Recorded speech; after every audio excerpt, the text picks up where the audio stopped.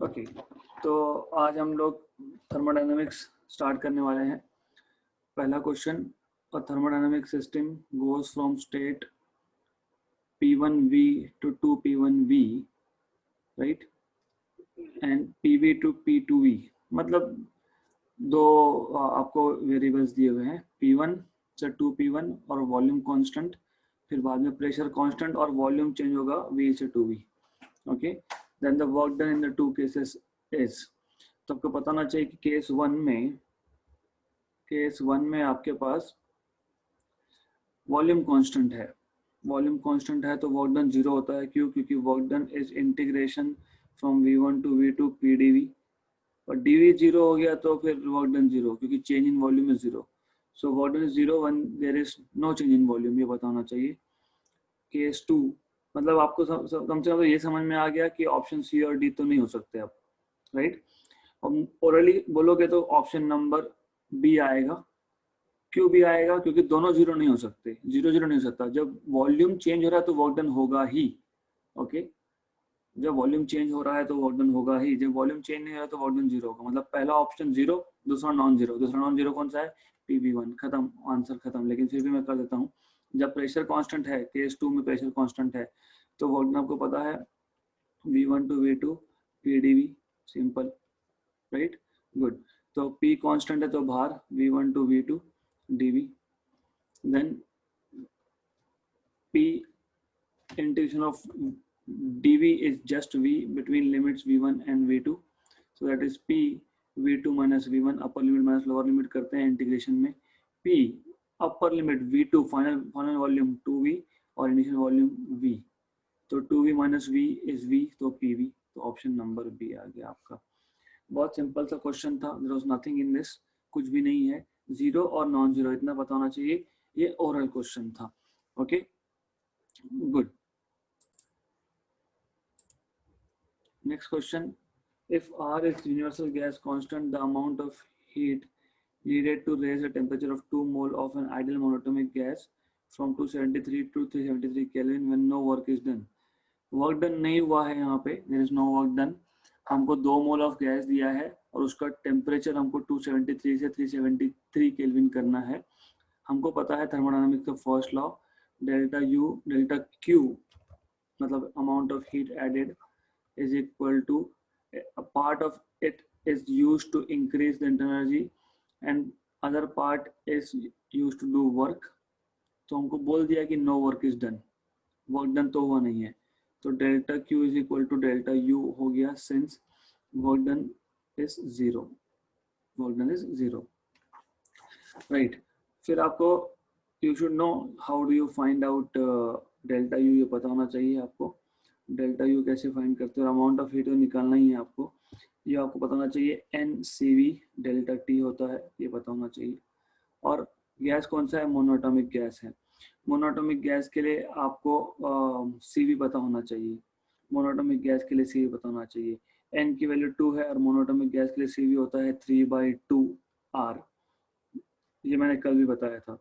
Okay, और change in temperature, final temperature minus initial temperature, 2 cancel, तो ये आपका आ गया 3R 373 माइनस 273, तो ये 100 और इंटू 3R दैट इज 300। तो बहुत इजी सा क्वेश्चन है, आई थिंक ये पहले भी हमारा हुआ है। तो first law of thermodynamics, work done is zero, तो amount of heat added is nothing but delta U is NCV dt, CV for ideal monoatomic gas is 3/2 R और N is 2, that's it। You just have to substitute values and solve it and you will get 300 R।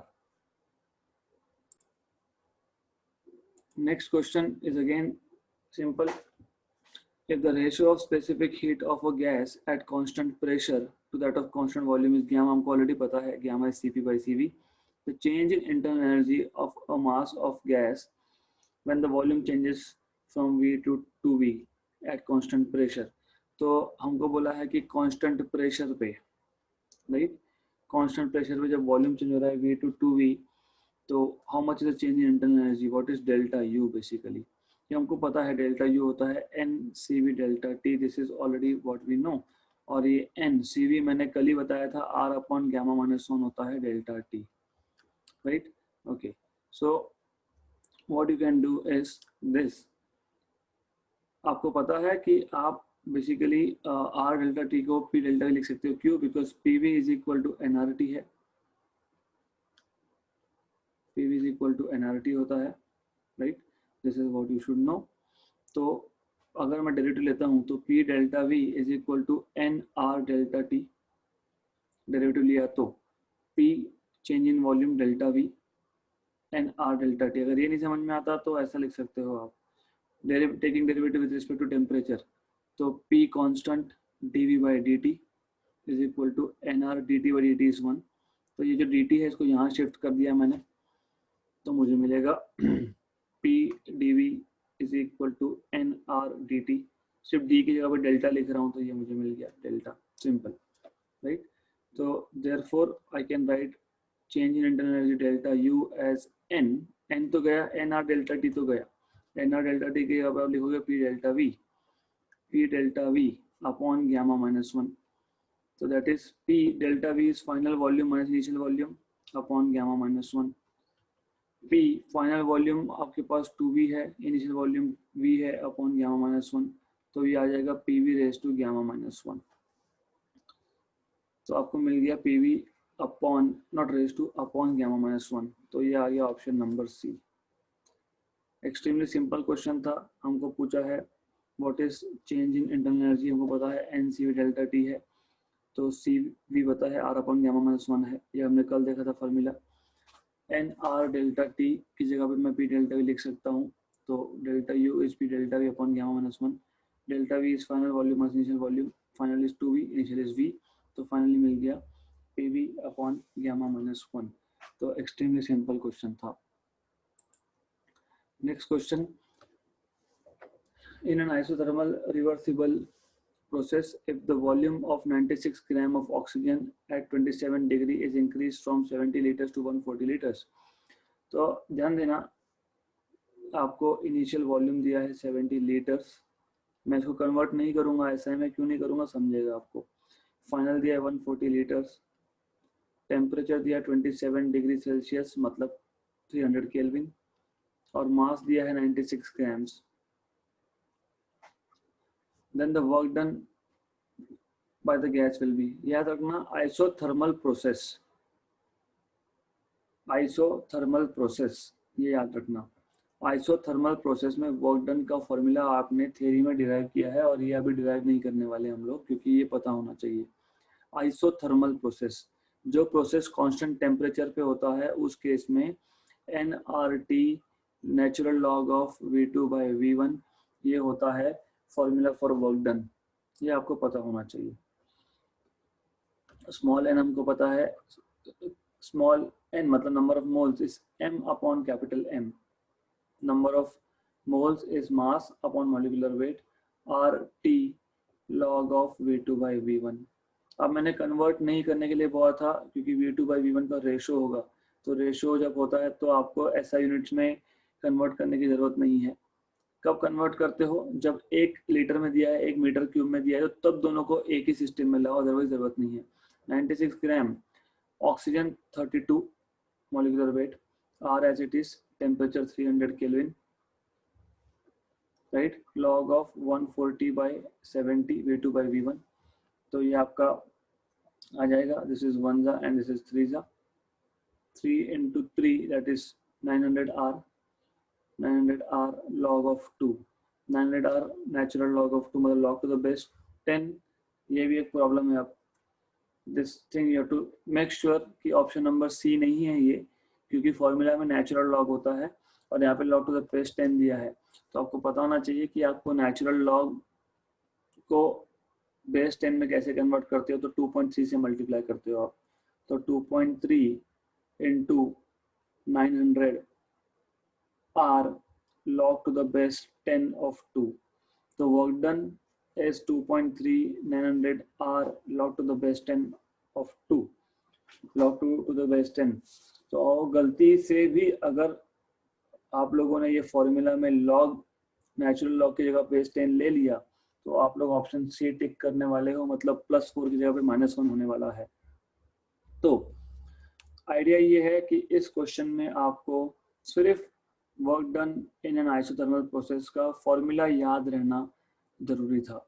N R T log of final volume to that of initial volume, और log जब बोलता हूँ तो natural log है। फिर n is small m by capital M, nothing, easy thing, right? तो just value substitute करते गए हम लोग और सॉल्व करते गए, and we have work done 2.3 into 900 R log to the base 10 of 2. Next question. 1 mole of O2 gas having a volume equal to 22.4 liters at 0 degrees Celsius. 1 mole of O2, volume 22.4 liter at 0 degree and 1 atmospheric pressure. It is compressed isothermally, वापस isothermal compression है, so that its volume reduces to 11.2 liters. The work done in this process is exactly same चीज, exactly same चीज है। यहाँ पे आपको वापस से वर्क डन का फॉर्मूला निकालना है। पता है NRT, natural log of final volume by initial volume. n कैसे निकालते हो? वही small m by capital M, right?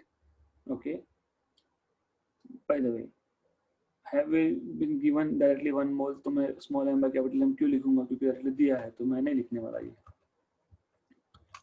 तो ये आ जाएगा आपका 1 और R, और टेम्परेचर 0 डिग्री सेल्सियस मतलब 273 केल्विन होता है, तो I will not write down anything.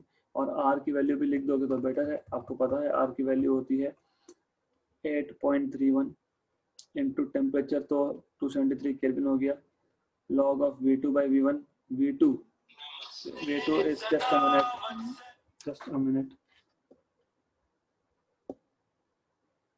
right? तो natural log of V2 by V1, V2 यहाँ पे 11.2 है और V1 यहाँ पे 22.4 है, तो 1/2 आ जाएगा, ये 1/2 आ जाएगा।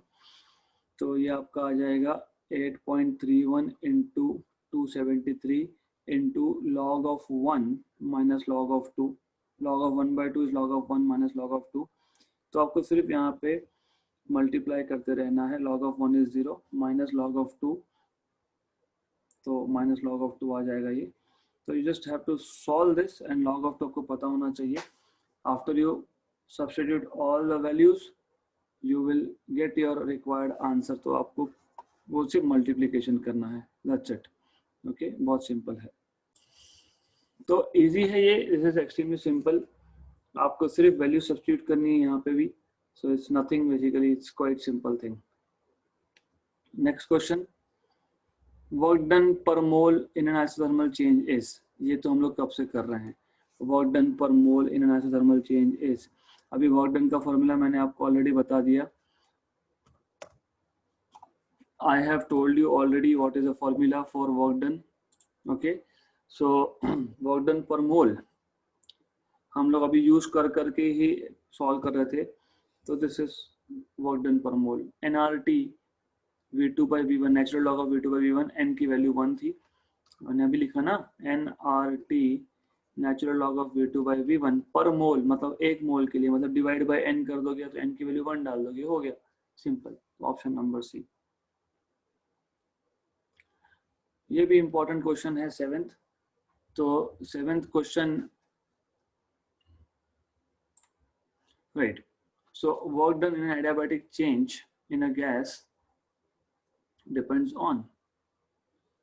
तो ऐसा है कि आप लोगों को एडियाबैटिक चेंज में जब वर्क डन होता है, व्हाट इज एडियाबैटिक चेंज? देखो मैं आपको सिंपल भाषा में समझा देता हूँ। आइसोथर्मल मतलब क्या, एडियाबैटिक मतलब क्या। आइसोथर्मल में कभी भी याद रखना, वॉल्स जो होते हैं वो कंडक्टिंग होने चाहिए। क्यों? टेम्परेचर अगर सेम रहना है, और सपोज मैं एग्जांपल दे रहा हूँ, मैं इसको कंप्रेस कर रहा हूँ, या तो मैं इसको हीट प्रोवाइड कर रहा हूँ तो वो एक्सपांड होगा, या तो एक्सपांशन है तो कंप्रेशन है, राइट? दोनों में से एक ले लेते हैं। मैं कंप्रेशन लेता हूँ, हीट नहीं दे रहा हूँ, मतलब आई एम जस्ट कंप्रेसिंग, मैं गैस को नीचे, पिस्टन को नीचे पुश कर रहा हूँ। तो जो वर्क डन होगा वो हीट में कन्वर्ट होगा, हीट में कन्वर्ट होगा तो टेम्परेचर बढ़ेगा, लेकिन टेम्परेचर कांस्टेंट रखना है, तो जो वॉल्स है वो कंडक्टिंग होने चाहिए, so that extra heat should go out and the process remains isothermal.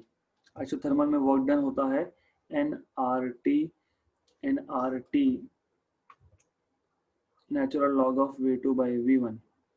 और एडियाबैटिक में जो वॉल्स होते हैं वो सारे के सारे नॉन कंडक्टिंग होते हैं। क्यों? क्योंकि हीट शुड नॉट एंटर और लीव द सिस्टम, राइट। तो इस केस में वर्क डन का फॉर्मूला होता है NR T1 minus T2 upon mu minus 1। मैं नॉर्मली इसको ऐसा याद रखता हूँ, NR delta T is final temperature, T2 minus T1 उल्टा 1 माइनस गैमा। तो गैमा माइनस 1 की जगह पे 1 माइनस गैमा और T1 माइनस T2 की जगह पे T2 माइनस T1, मैं ऐसा लिखता हूँ। तो मुझे पता है work done in adiabatic change. Adiabatic change मतलब जहाँ पे सिस्टम जो है वो सराउंडिंग के साथ हीट एक्सचेंज नहीं करता, राइट। तो work done depends on what? Change in temperature. दिख रहा है फॉर्मूला में, it depends on change in temperature. तो ये फॉर्मूला आपको याद होना चाहिए। मैंने इंटेंशनली क्वेश्चन का लेवल ऐसा रखा है जस्ट टू टेल यू कि फॉर्मूलास याद रखो, फिर आगे हमको लगने वाले हैं formulas. We are going to use those formulas, right. तो it was pretty simple thing. Question 7 is very simple. Question 8 वैसे ये कल हुआ था हमारा, मैं वापस रिपीट कर रहा हूँ। The pressure in the tire of a car is 4 times the atmospheric pressure at 300 Kelvin. Pressure in tire of a car is 4 times atmospheric pressure at 300 Kelvin. If the tire suddenly burst, sudden जब ये word आ गया ना तो ये होता है adiabatic process। sudden burst हुआ तो न्यू टेम्परेचर क्या होगा? अब आपको पता होना चाहिए कि adiabatic में T raised to gamma into P raised to 1 minus gamma ऐसा लिखो, या फिर T raised to gamma upon P raised to gamma minus 1 equal to constant ऐसा लिखो, जैसा आपको याद रहे वैसा, राइट। तो it is up to you the way you want to remember it, right. तो इसको लिख सकता हूं मैं T raised to gamma equal to constant into P raised to gamma minus 1 taking gamma root. तो T या तो फिर डायरेक्टली रेशियो ले लो तो भी चलेगा, या तो फिर T is constant raise to gamma will be a constant, तो कोई फर्क नहीं पड़ता। तो मैं कांस्टेंट लिखूं, गामा लिखूं, नहीं लिखूं, कोई फर्क नहीं पड़ता, right. Into P raise to gamma minus 1 by gamma. मैं आपको सिर्फ एक ही चीज लिखने के अलग अलग तरीके बता रहा हूँ। We don't want to increase steps, तो what I want from your side is just to remember one basic thing and not get confused in a lot of things. So what I want is this. Don't remember this. कोई जरूरत नहीं है ये करने की। Don't either do this. T raised to gamma upon P raised to gamma minus 1. No. Don't remember this. You have to remember this thing only. T raised to gamma P raised to 1 minus gamma equal to constant, या फिर directly T into 1 T into P 1 minus gamma by gamma is constant. ये best है, T into P raise to 1 minus gamma by gamma, क्योंकि इसमें directly मैं लिख सकता हूँ T1 P1 1 minus gamma by gamma equal to T2 P2 1 minus gamma by gamma. मुझे T2 में इंटरेस्ट था, तो T2 is T1 times of P1 by P2 whole raised to 1 minus gamma by gamma। अब T1 300 है बोला है, P1 by P2 according to the question P1 by P2 is 4, क्योंकि उन्होंने बोला है the pressure is 4 times of atmospheric pressure, right। अब मुझे एक बात बताओ, पहला प्रेशर जो था 4 टाइम्स ऑफ एटमॉस्फेरिक प्रेशर था, दूसरा प्रेशर जो था वो 1 एटमॉस्फेयर था। क्यों? क्योंकि टायर सडनली बर्स्ट होने के बाद एयर कहाँ जाएगा? एटमॉस्फेयर में जाएगा। तो बेसिकली वो आपको बोल रहे थे कि P1 by P2 का रेशो 4 है, P1 by P2 का रेशो 4 है। 4 times of atmospheric pressure, P2 is 1 atmospheric pressure, क्योंकि टायर बर्स्ट हो गया तो टायर के अंदर का एयर कहाँ गया? एटमॉस्फेयर में गया। तो P1 by P2 इज 4, तो 4 1 minus gamma by gamma, 1 minus gamma by gamma, ये आपको पता होना चाहिए। You have to substitute values, 1 minus gamma 1.4 upon gamma 1.4, right. तो ये जब आप सॉल्व करोगे तो 300 into 4 raised to minus 0.4 upon 1.4। तो ऐसा कुछ है क्या? ऑप्शन नंबर डी दिख रहा है, 300 into 4 raised to minus 0.4 upon 1.4। तो easy question था। all you had to remember is this for an adiabatic process। sudden word आया मतलब adiabatic process है, adiabatic है मतलब t raised to gamma, p raised to 1 minus gamma is constant। तो just value substitute करना है, solve करना है। next question, 9th question, again a simple question। two identical samples of gas are allowed to expand isothermally and adiabatically। तो isothermal और adiabatic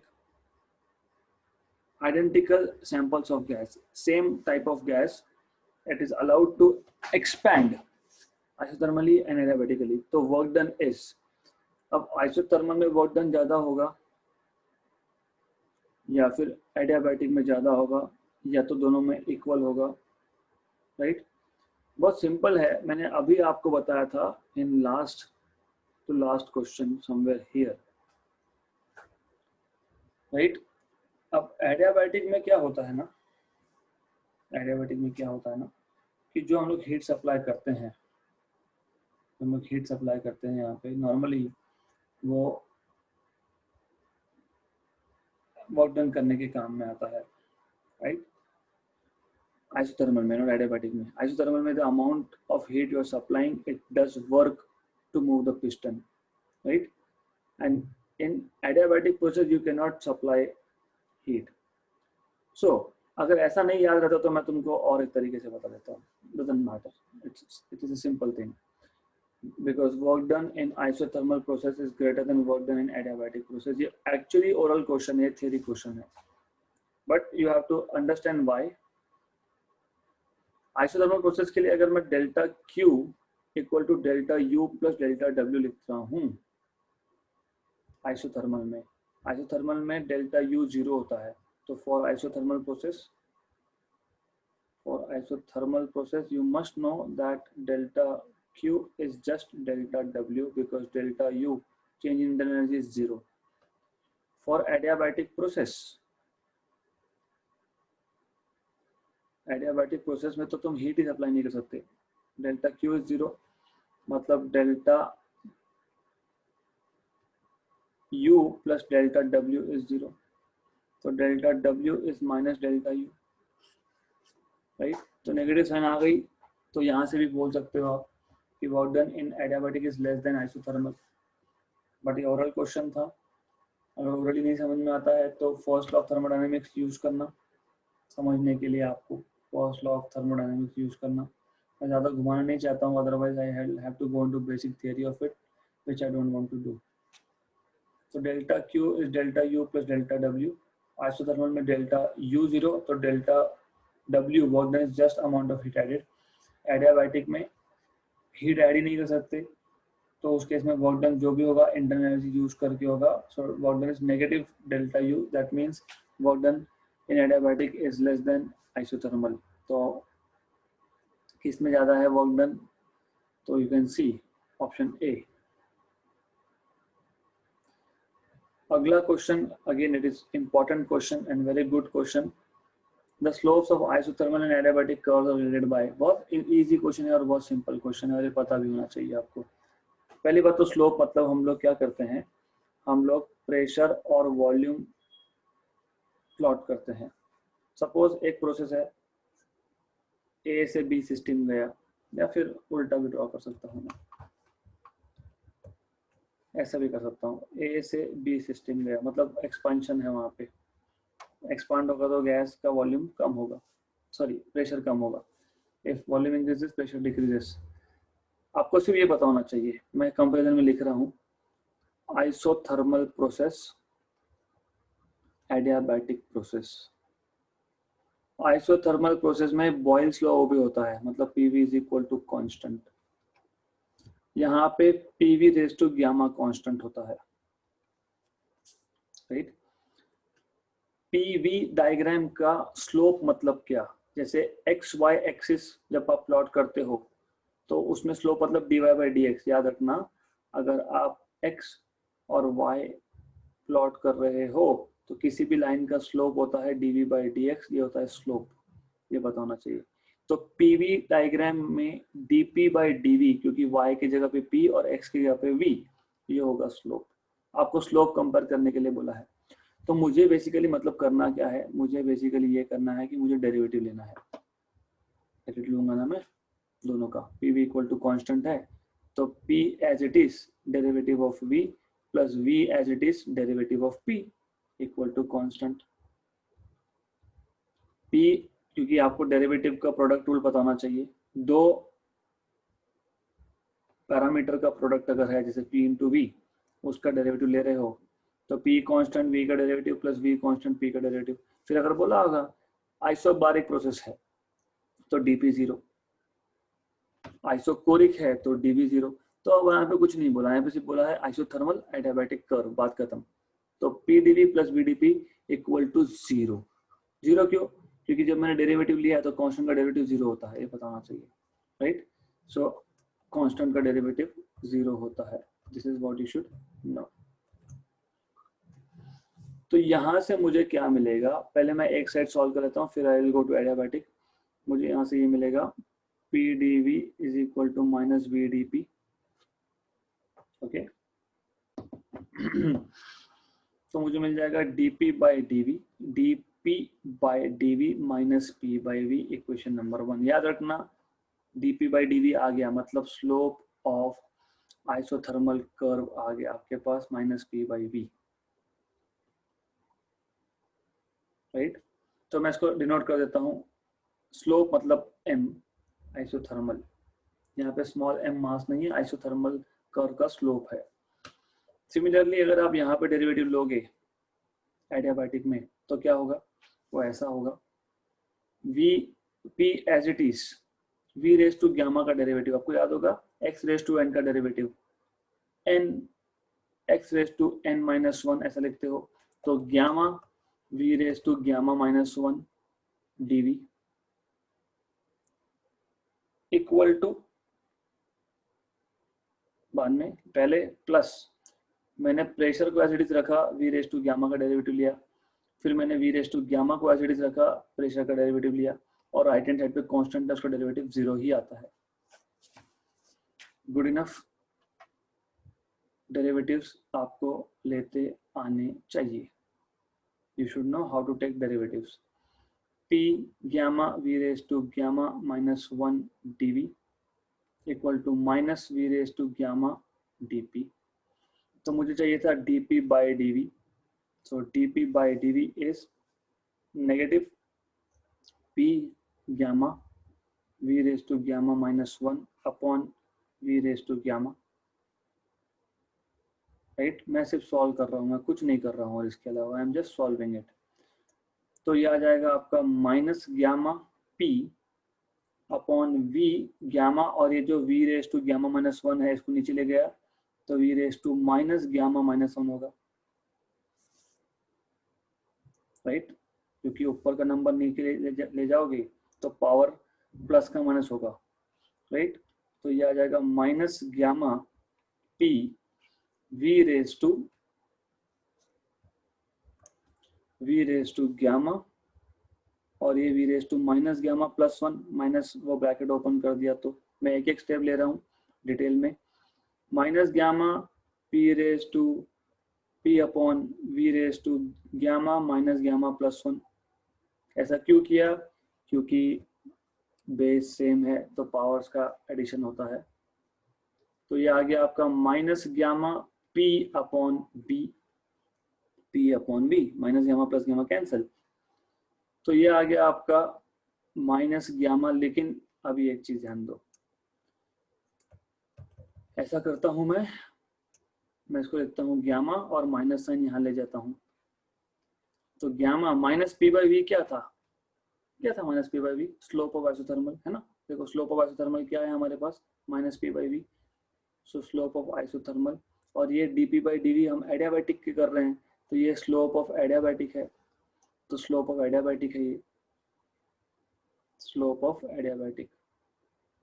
तो slope of adiabatic is gamma times of slope of isothermal, slope of adiabatic is gamma times of slope of isothermal, right, correct, easy question, तो आपको पता होना चाहिए। Option number सी आएगा, adiabatic curve का slope is gamma times of isothermal curve का slope. तो मैं वापस रिपीट कर रहा हूँ, मैंने आपको बेसिक बताया। अगर हमने एक्स वाई एक्सिस दिखाया है और एक लाइन है, तो dy by D x slope होता है। मैंने y की जगह पे प्रेशर और v की जगह पे x की जगह पे वॉल्यूम लिखा है pv, तो dp बाई dv स्लोप होगा। अब आइसोथर्मल में आपको पता है, आइसोथर्मल प्रोसेस में बॉयल स्लो भी होता है pv इक्वल टू कांस्टेंट, तो सिर्फ डेरिवेटिव लिया हमने, तो dp बाई dv मतलब स्लोप, आइसोथर्मल का स्लोप मिल गया माइनस पी बाई वी। फिर एडियाबैटिक के लिए P raise to gamma equal to constant का डेरिवेटिव लिया, डेरिवेटिव लेने आपको आने चाहिए। अब वो आपको मिल गया स्लोप ऑफ एडियाबैटिक आपको मिल गया minus gamma P by V, minus को अंदर ले गया minus P by V, but minus P by V तो आइसोथर्मल का स्लोप था, तो एडियाबैटिक का slope is gamma times of isothermal, option number C, right, okay. So let's move to next question now. Easy question है वापस से ये।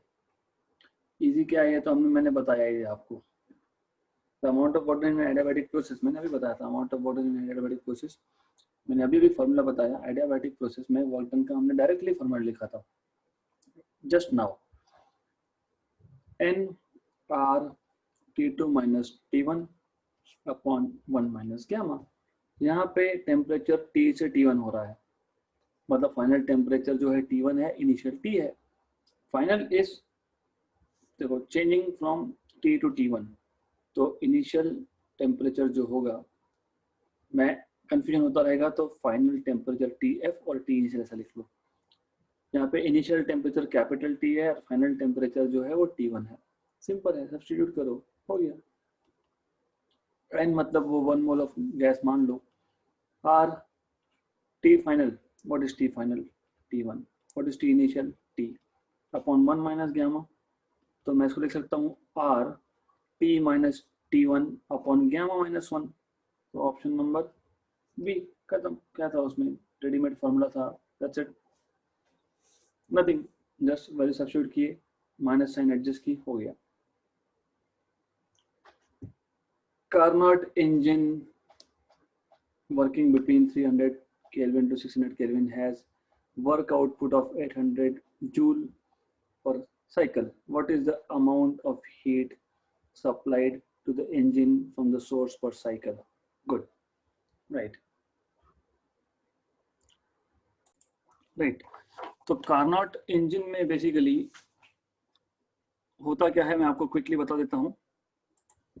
तो कार्नोट इंजन में सिर्फ इतना ही है कि आपके पास एक सोर्स है, सोर्स के वॉल्स जो है those are non conduct, sorry I am sorry, और जो टॉप है वॉल सोर्स का वो कंडक्टिंग है। Then you have a block, और ये जो ब्लॉक है it is a non conducting block.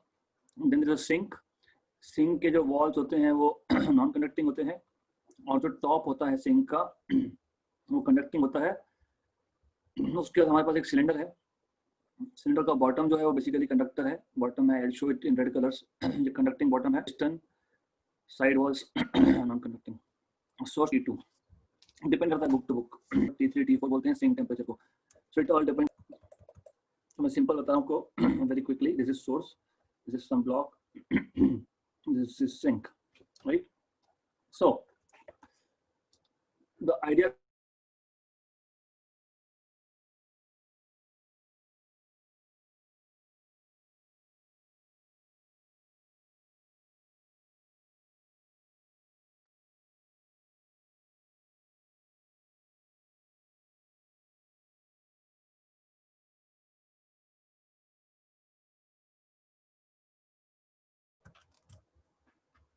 तो जब आप इस प्रोसेस को प्लॉट करोगे पीवी डायग्राम पे, प्रेशर वॉल्यूम डायग्राम पे, इनिशियली अगर ए स्टेट था, इनिशियली गैस का वॉल्यूम का कुछ वैल्यू रहा होगा, प्रेशर का कुछ वैल्यू रहा होगा, राइट। यहाँ पे ये गैस है हमारे पास, इसको हम लोग बोलते हैं वर्किंग सब्सटेंस। सोर्स के पास इन्फिनिट टेम्परेचर है, इन्फिनिट टेम्परेचर है सोर्स के पास। तो जब मैंने इस गैस को, वर्किंग सिस्टम को, सिलेंडर को सोर्स पर रख दिया तो वो सोर्स से हीट एब्जॉर्ब करेगा Q और गैस एक्सपांड होगा isothermally, right. Isothermal expansion, volume बढ़ेगा, प्रेशर कम होगा। अगर यहाँ पे टेम्परेचर T1 है और फाइनल स्टेट एक्सपांड होते होते होते होते B स्टेट आ गया, तो B स्टेट पे भी टेम्परेचर T1 है।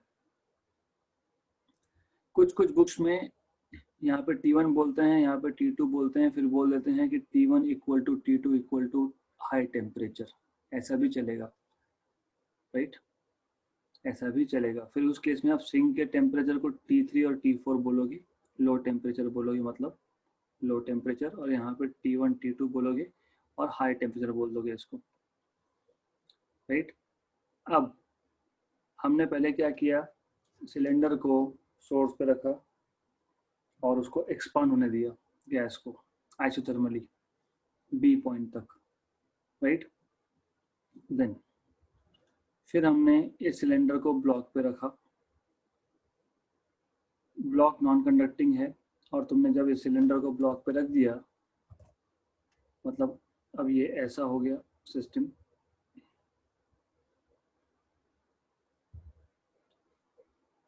और ये सिस्टम जो है गैस के पास अभी भी हीट है, तो गैस अभी एक्सपांड करता रहेगा, लेकिन ये एक्सपांशन एडियाबैटिक एक्सपांशन हो गया। एडियाबैटिक एक्सपांशन क्यों हो गया, क्योंकि हीट कैन नीदर एंटर और लीव द सिस्टम, तो ये एडियाबैटिक एक्सपांशन हो गया। C पॉइंट तक एक्सपांड होता रहेगा, होते रहेगा, होते रहेगा, एक्सपांड, एडियाबैटिक एक्सपांशन है वो। एडियाबैटिक एक्सपांशन क्यों, क्योंकि heat can neither enter nor leave the system, C point तक आ गया ये, राइट। लेकिन अब जब एक्सपांशन हुआ है और हीट सप्लाई नहीं हुआ है, तो गैस ने खुद का हीट यूज करके एक्सपांशन कर लिया, मतलब टेम्परेचर कम हो गया, तो बोल देंगे temperature T3 which is low temperature, मतलब सिंक का टेम्परेचर आ गया, ऐसा मान लेते हैं, राइट। गुड। अब ऐसा है कि अभी आपने इस पिस्टन, सिलेंडर पिस्टन अरेंजमेंट को यहाँ रख दिया,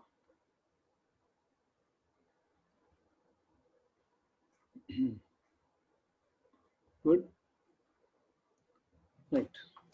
तो अभी हम लोग पिस्टन को नीचे कंप्रेस करने वाले हैं, नीचे दबाने वाले हैं। क्यों, क्योंकि second law of thermodynamics, work can totally be converted into heat, but heat can not be totally converted to work. मतलब जो गैस ने सोर्स से जो Q अमाउंट ऑफ हीट लिया था,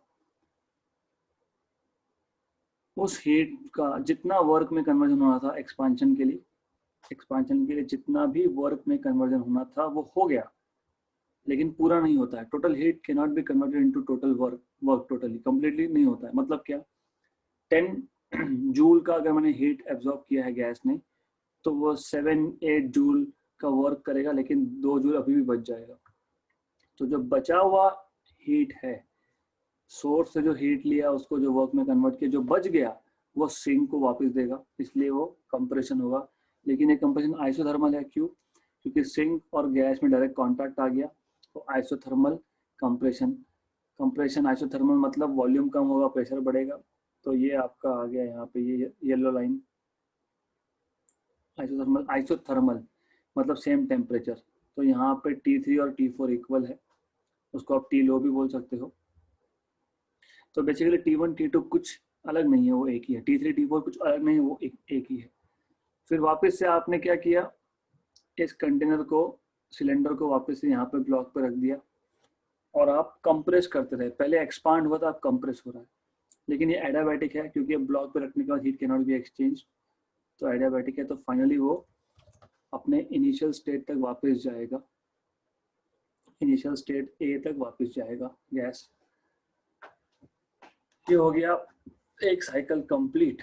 तो ये डायरेक्शन ऑफ साइकिल मैं बता देता हूँ। This is direction of cycle of Carnot engine. अब इफिशियंसी जब आप डिफाइन करते हो, इफिशियंसी आप थर्मोडायनामिक्स में डिफाइन करो, इफिशियंसी आप किस में भी डिफाइन करो, वो हमेशा होता है output upon input.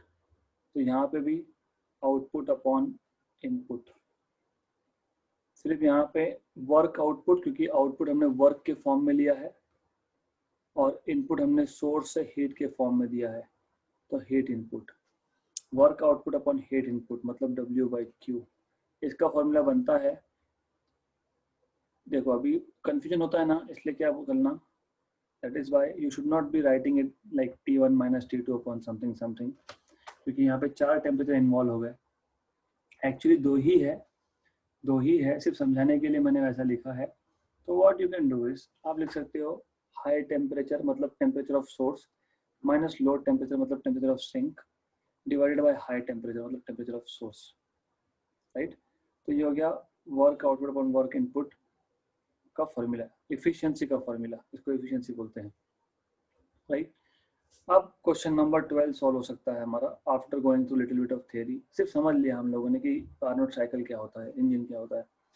Carnot engine works between 300 kelvin and 600 kelvin, मतलब सिंक का टेम्परेचर 300 केल्विन दिया है लो टेम्परेचर, और हाई टेम्परेचर दिया है 600 केल्विन, और वर्क आउटपुट आपको दिया है 800 जूल्स पर साइकिल। आपको पूछा है how much is the amount of heat energy supplied to the engine from source per cycle, मतलब क्यू पूछा है। तो मैं लिख सकता हूँ work done W upon Q is equal to TH minus TL upon TH। इसका मतलब मुझे सिर्फ Q चाहिए था, तो Q is equal to THW work done upon TH minus TL। TH is 600, Q is 800, TH minus TL is 600 minus 300। तो ये आप सॉल्व करोगे तो आपको मिलेगा 600 इंटू 800 अपॉन 300, 1 जा और 2 जा, 800 इंटू 2 इज 1600 जूल पर साइकिल आपको मिल गया। तो 1600 जूल पर साइकिल आपको अमाउंट ऑफ हीट एब्जॉर्ब मिल गया यहाँ पे। सिंपल था, सिर्फ फॉर्मूला पता होना चाहिए था इफिशियंसी का, and that's it. There was nothing else in this question, कुछ भी नहीं है इस क्वेश्चन में। Okay, let's move to next question. I will give you time to ask doubts after few more questions. वापस से वही, a Carnot engine absorbs an amount Q of heat from a reservoir at an absolute temperature T, reservoir मतलब source, and rejects the heat to sink at T/3। मतलब source temperature high temperature T है और sink temperature मतलब low temperature T/3 है।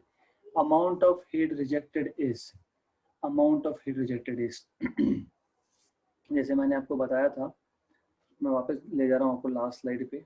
अभी ऐसा करेंगे, थोड़ा सा मॉडिफाई कर देंगे इक्वेशंस को। जो हीट एब्जॉर्ब किया है सोर्स से उसको बोल दूंगा Q1, उस Q1 का जितना वर्क डन होना था वो हो गया, जो बच गया और वापस सिंक को रिजेक्ट कर दिया वो हो गया Q2। amount of heat absorbed from the source is Q1, work done is W, and the amount of heat rejected मतलब given back to the sink is Q2।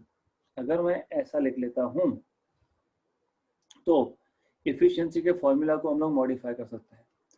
So efficiency का जो formula है जो हमने लिखा था T हाई माइनस T लो upon T high, इसको आप ऐसा भी लिख सकते हो work done upon heat absorbed, या फिर अभी वर्क डन मतलब क्या, थोड़ा सा अगर आपको बेसिक प्लस माइनस पता होगा, प्लस माइनस पता होगा, आपको ये समझ आना चाहिए था। मैंने Q1 हीट एब्जॉर्ब किया, उसमें से वर्क डन W हुआ, बाकी मैंने दे दिया किसको, बाकी मैंने दे दिया सिंक को। तो heat absorbed is work done plus heat rejected, मतलब Q1 is W plus Q2। Simple है ना, 10 जूल का हीट एब्जॉर्ब हुआ, 8 जूल का वर्क डन हुआ, तो 2 जूल वापस गया, रिजेक्ट हो गया हीट। तो Q1 is W plus Q2। अगर आपको बेसिक प्लस माइनस पता है तो W is equal to Q1 minus Q2। ये बेसिक प्लस माइनस है, ये आपको पता होना चाहिए। तो Q1 minus Q2 upon Q2, right. या फिर अगर आपको नोटेशंस आपको सिंपल रखने हैं तो आप बोल सकते हो QH, heat absorbed at high temperature, और 2 को लिख सकते हो आप L, heat rejected at low temperature, और नीचे 1 होना चाहिए था, 2 लिख दिया मैंने गलती से, राइट। तो QH minus QL upon QH, तो इजी हो गया ना, TH minus TL upon TH, तो ईटा के 2 फॉर्मूला बन गए। फ्रीक्वेंसी इज व्हाट, या efficiency is what, high temperature minus low temperature upon high temperature, मतलब heat absorbed at high temperature minus heat rejected at low temperature upon heat absorbed at high temperature. Simple. आपको पूछा है what is heat rejected, मतलब आपको पूछा है QL, simple सी चीज है, आपको QL पूछा है, राइट। तो हम लोग क्या करेंगे फिर, हम लोग ऐसा करेंगे, हम लोग इतने पार्ट को इक्वेट कर लेंगे। क्यों? क्योंकि TH high temperature, temperature is T, minus low temperature is T/3 दिया हुआ है, upon T equal to heat absorbed, amount of heat absorbed मतलब Q बोला है, heat absorbed at high temperature that is QH, that is Q दिया हुआ है, Q minus QL तो फाइंड करना है, अपॉन Q। इसमें से क्या करोगे आप, 1 माइनस 1/3 होता है 2/3, 2/3 upon T, 2T/3 upon T, ये हो गया आपका Q/Q माइनस QL/Q, राइट। तो ये हो गया आपका 2/3 इक्वल टू 1 माइनस QL/Q। इसको सिर्फ सॉल्व करना पड़ेगा। आप इसको क्या करोगे आप, very simple thing, extremely simple thing. Now you just have to simplify, मतलब क्या, QL/Q is equal to 1 minus 2/3 equal to 1/3, तो हो गया QL इज Q/3, खत्म, Q/3, डन, डन, Q/3 आ गया आंसर, राइट। वैसे इतना सॉल्व करने की जरूरत ही नहीं थी, डायरेक्टली प्रोपोर्शनल होता है वो, तो डायरेक्टली Q/3 आंसर आ सकता था। गुड। तो सिर्फ फॉर्मूलाज, कार्नोट इंजन का अंडरस्टैंडिंग इफिशिएंसी का फॉर्मूला, इससे ज़्यादा कुछ लग ही नहीं रहा है हम लोगों को यहाँ पे, इतना ही है, नथिंग मोर। अगला question I will leave it as an assignment for you, क्योंकि ये वापस से सेम फॉर्मूला पे बेस्ड है, तो you are suppose to do it as an assignment. Same formula है, you just have to solve. 15th, the relation between U मतलब internal energy, P मतलब pressure and V मतलब volume for an ideal gas is, तो आपको relation दिया है U equal to 2 + 3 PV, okay. आपको पूछा है कि गैस ये मोनोएटॉमिक है या डायटॉमिक है, तो if they are asking you if the gas is monoatomic or diatomic, हमको एक चीज तो पता है, राइट। ये सॉल्व कैसे करेंगे, हम लोग बोलेंगे what we know is dq is equal to du plus dw, first law of thermodynamics, first law of thermodynamics, okay. मैं मानता हूं कि अगर एडियाबैटिक प्रोसेस होगा, I assume for an adiabatic process, adiabatic process के लिए, क्योंकि गैस को तो अभी गैस है, उसको आइसोथर्मली एक्सपांड करना है या एडियाबैटिकली एक्सपांड करना है, तो मेरे ऊपर है ना, I will decide how I want to do a process, right. तो dq 0 होता है एडियाबैटिक के लिए, मतलब 0 is equal to du plus dw, correct, right. Equation number 1। अब मुझे u दिया है, u क्या दिया है, 2 + 3 PV, मैं डेरिवेटिव ले लेता हूँ इसका, डिफरेंशिएटिंग, डेरिवेटिव ले लेते, मान लेना वो डिफरेंशिएटिंग लिखा है मैंने यहाँ पे, डिफरेंशिएटिंग du, कांस्टेंट का derivative 0 plus 3 p as it is, volume का derivative dv plus v as it is, इसका डेरिवेटिव dp, तो du आपको मिल गया 3 times of pdv plus vdp, equation number 2। Equation 2 को इक्वेशन 1 में सब्स्टिट्यूट कर दो. सो फ्रॉम 1 and 2 आपको मिल जाएगा 0 इक्वल टू du, मतलब आपको मिल गया 3 pdv plus vdp plus dw. But dw मतलब वर्क डन, मतलब आपको ऑलरेडी पता है वर्क डन क्या होता है, pdv होता है वर्क डन. तो वर्क डन ऑलरेडी pdv होता है, ये पता है हमको, राइट.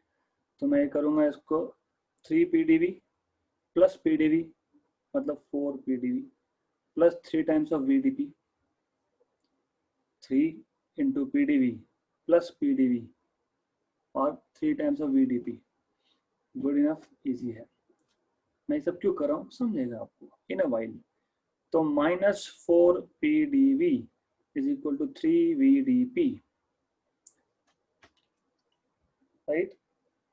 अगर आपने डिफरेंशियल इक्वेशन मैथमेटिक्स 12th में पढ़ा है तो आपको पता होगा ये वेरिएबल सेपरेबल फॉर्म है. मतलब हम लोग ऑलरेडी वेरिएबल को सेपरेट कर चुके हैं, कर सकते हैं नेक्स्ट स्टेप में. तो what I can do is -4 dv by v, सिर्फ v को शिफ्ट किया लेफ्ट हैंड साइड और p को शिफ्ट किया राइट हैंड साइड पे, राइट. जब वेरिएबल, दोनों वेरिएबल अलग अलग साइड्स पे है, इसके बाद आप डायरेक्टली करते हो integrate. So integrating on both sides,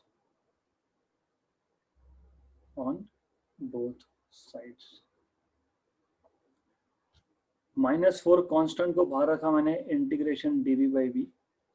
3 को बाहर रखा, इंटीग्रेशन dp बाई p. आपको ये बताना चाहिए कि integration of dx by x is log of x. Integration of dx by x is log of x.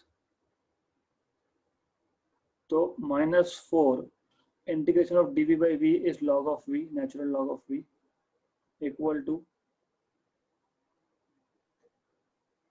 3 log of p, क्योंकि integration of dp by p is log of p, right? You must know this, okay? Plus constant, क्योंकि integration पे limits नहीं है, तो I will write down constant on either side. आप दोनों में से एक साइड पे कांस्टेंट लिख सकते हो या दोनों साइड पे भी कांस्टेंट लिख सकते हो. तो मैं लिख देता हूँ इसको, एक स्टेप में पीछे ले जाता हूँ so that I can tell you. मैं रिपीट करने वाला हूँ. You will feel the heat of NEET exam now. जब आपके पास इंटीग्रेशन पे लिमिट नहीं होता है तो प्लस कांस्टेंट दोनों साइड पे, 3 log of p plus constant. Good. तो मैं ऐसा कर सकता हूँ 3 log of p plus 4 log of v, ऐसा कर ही सकते हैं ना हम लोग, इक्वल टू c2 या फिर c1 minus c2, c1 minus c2, c2 minus c1 जो भी आएगा, राइट. एनीवेज ये कांस्टेंट्स है ना, वैसे भी तो कोई फर्क नहीं पड़ता, राइट. आपको अगर मैथ्स का बेसिक पता है, 3 log p is log p raised to 3 and 4 log v is log v raised to 4. Constant minus a constant gives you another constant, right? एक कांस्टेंट में से दूसरा कांस्टेंट माइनस किया तो कांस्टेंट ही मिलता है हम लोगों को. और आपको मैथ्स का बेसिक्स पता होना चाहिए. log of a plus log of b, ये पता होना चाहिए, is log of a into b. तो log of this into this, ऐसा आप कर सकते हो, इक्वल टू कांस्टेंट. अगर मैं अभी एंटी लॉग लेना चाहता हूँ तो मैं एंटी लॉग ले सकता हूँ. I can take anti log, मतलब e to the power log of p cube v raise to 4 equal to e raise to constant. e और log अपोजिट ऑपरेशन है, कैंसिल आउट होता है ये. So p raise to 3 v raise to 4 और e raise to constant is another constant. Simple है ये, right. अब what I will do is, हम लोग क्या करेंगे, क्यूब रूट ले लेंगे इसका. Taking cube root,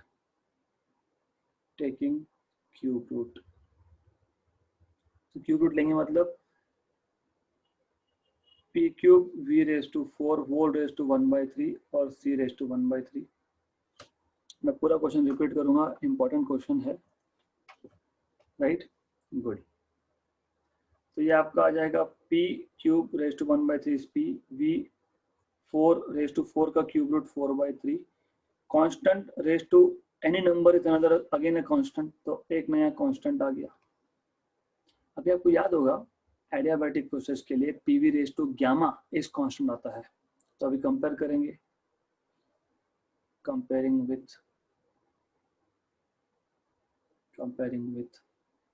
PV raise to gamma equal to constant, मतलब गामा मिल गया 4/3।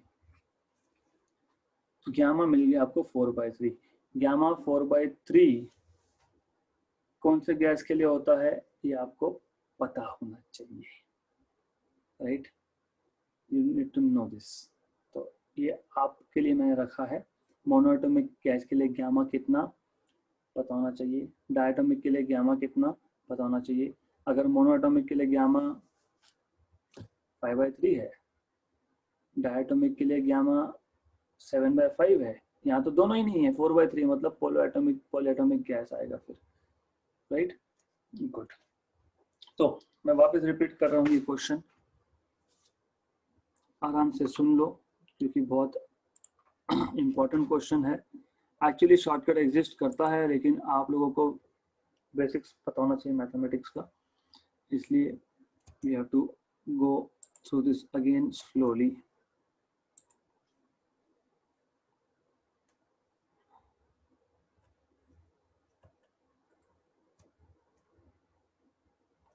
Just a minute.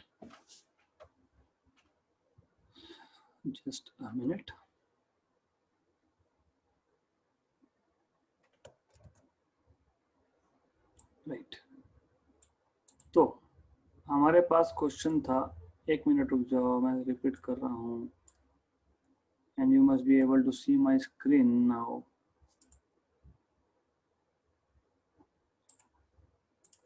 हमारे पास क्वेश्चन था, हमको U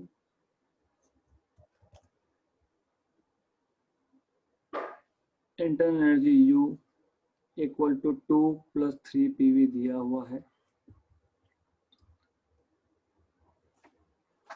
ओके, हम लोगों को पूछा है ये गैस कौन सा है, तो मैंने पहले लिया एक लंबा वाला मेथड। वो लंबा वाला मेथड ऐसा था कि हम मान लेंगे, हम कंसिडर करेंगे first of thermodynamics dq is equal to du plus dw। फिर हम बोलेंगे कि अगर प्रोसेस एडियाबैटिक है, for an adiabatic process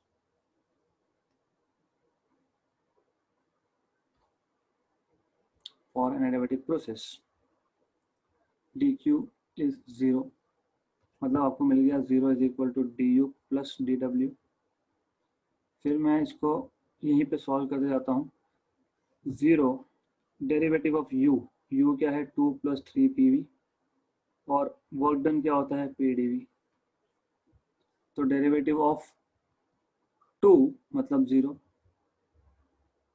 plus 3 PV का डेरिवेटिव में 3 कांस्टेंट है, तो derivative of P into V आएगा प्लस PdV आएगा।